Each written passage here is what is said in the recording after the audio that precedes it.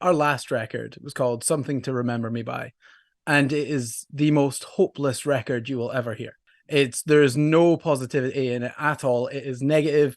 It ends in a suicide. It's ridiculous. So it's not good. So with this record, the whole part was to show the other side of like mental health issues and stuff, and show that the end goal should always be to get better, not to live in the moment where you're feeling horrible. Do you know what I mean? I sometimes look at these two records like if they could exist at the exact same time, it's almost like a split in the road of which path you can take. Like there's either you try and get better or you never get better kind of thing. And the first record, no one was getting better there. The second one, it's all about the idea of self-improvement and about how like taking control of your emotions and your life in general and just pushing to try and be happy with who you are is like the most important thing you can do. Or at least it's the most important thing I can do right now.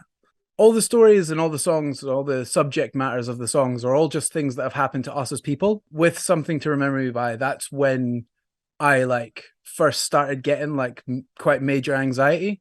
I had like really bad panic attacks, and like anytime I left the house, I thought like I was just going to die. And so if I was invited out to somewhere to like go for a drink with some friends, I'd be sitting at the table going, I'm going to drop dead any second now. And they're going to have to deal with me just dying, and I'm going to feel bad for them. It was horrible. And then like in my head at the time, I couldn't get over it. I didn't really understand what it was. I didn't understand why I was feeling like this. And like, here's the worst part, man. I got anxiety at like 27. Like I had 27 years of nothing, felt great. And then suddenly I just became this total shell. And so the first record it's genuinely that I kind of felt a bit hopeless. All the stories and stuff are genuinely just like me freaking out and not knowing the answers. But now it's been about 5 years since we started writing Something to Remember Me By. And in that time when writing Recovery, I've kind of got coping mechanisms now, and like I've kind of figured out things that help me, and life feels more hopeful now, whereas before it kind of didn't. One of the biggest things I got told when we were playing shows, and after that record, the first record came out, I was speaking to people at shows, and they always said like just little things like I would have made it one of my favorite albums of the year, but I could only listen to it once because it was just too hard to listen to again. And I was like, I kind of get it. Like that was kind of the point. But at the same time, I was like, man, that's difficult for people to listen to. And that kind of stuck in my head. And that's a big factor of why Recovery is a bit more hopeful and stuff, is because I was like, these songs are like, they're the best thing I have ever done with my life. And I do them with my best friends of all time. And they're incredibly talented and I love them all. And it's amazing. I'm so proud of it.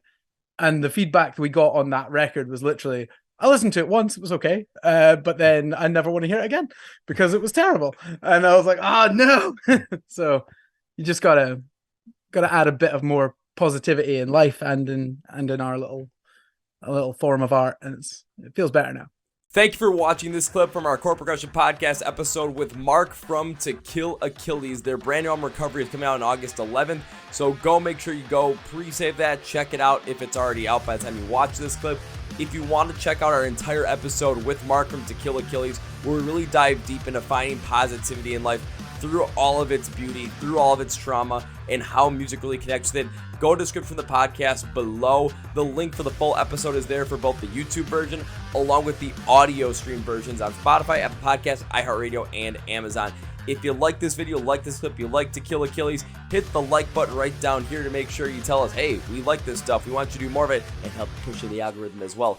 If you are not subscribed to the podcast, please, please, please do so. It is the best way to support inspiring young rock and metal fans to discover new music, help find a place they can connect and feel accepted. So hit the button right over here, or right here, as we release episodes every single Tuesday and Thursday with some of the best bands in the music scene right now of rock and metal, and some of the best upcoming ones as well. We release episodes every single Tuesday and Thursday, clips throughout the week, and a song reaction video every single Friday, so you're still in the know about all the great stuff happening with all these great rock and metal bands that are big and the ones that are going to be big. Thank you for watching once again. This is Kevin. I'm out!